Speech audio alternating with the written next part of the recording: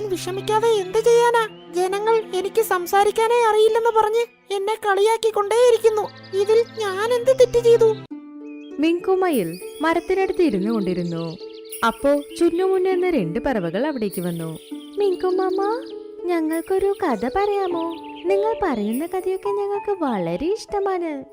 ക്ഷമിക്കൂ കുട്ടികളെ, ഞാനിന്ന് പറയാൻ പോകുന്ന കഥ എങ്ങനെയെന്നാൽ, ഇതിലൂടെ ഒരു സമയം നിങ്ങളുടെ പേടി പോലും നിങ്ങളെ ഒരിക്കൽ സഹായിക്കുമെന്ന് മനസ്സിലാകും.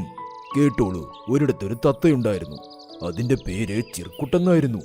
എന്നാൽ അത് എപ്പോൾ ജനിച്ചോ അന്നു മുതൽ അതിന് ബുദ്ധിമുട്ട് തന്നെയായിരുന്നു. അതെ, എന്ത് കഷ്ടം മാമാ. സമാധാനപ്പെടൂ, ഞാൻ പറയാം. ഇങ്ങനെ നിങ്ങൾ ഇടയ്ക്ക് കയറി സംസാരിക്കരുതേ. ഞാനിവളോട് പറഞ്ഞിട്ടുണ്ട്, മാമ കഥ പറയുമ്പോഴിടയിൽ സംസാരിക്കരുത് എന്ന്.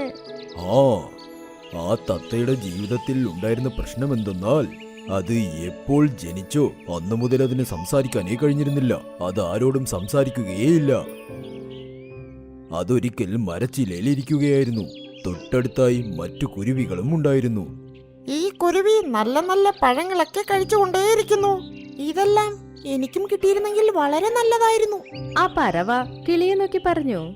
അയ്യോ, ഇവിടെ നോക്കൂ, ഇവിടെ നോക്കൂ. ഈ തത്തയെ ഒന്ന് നോക്കിക്കേ. ഈ തത്തയ്ക്ക് നേരെ സംസാരിക്കാൻ പോലും അറിയില്ല. ഞാൻ ആദ്യമായിട്ടാ സംസാരിക്കാൻ പോലും അറിയാത്ത ഒരു തത്തയെ കാണുന്നത്. ഇങ്ങനെയും ലോകത്ത് തത്തകളുണ്ടോ? ചിർക്കോട്ട്, നീ എന്തിനാടാ നോക്കുന്നത്? നിനക്കും ഇതുപോലത്തെ പഴം വേണോ? ശരി, ഇതാ, കഴിച്ചോ കഴിച്ചോ കഴിച്ചോ, ഇതാ. ആ കിളി പഴം വാങ്ങാനായി മുന്നിലേക്ക് വന്നു. പക്ഷെ ആ പറവ പഴം പുറകേക്ക് വലിച്ചു. നിന്റെ ആഗ്രഹം നീ മനസ്സിൽ വെച്ചാ മതി. ശരി, നീ ഒരു പാട്ട് പാടിക്കേ, കേക്കട്ടെ. നിന്റെ ശബ്ദം നല്ല മധുരമുള്ളതാണെന്ന് കേട്ടിട്ടുണ്ട്.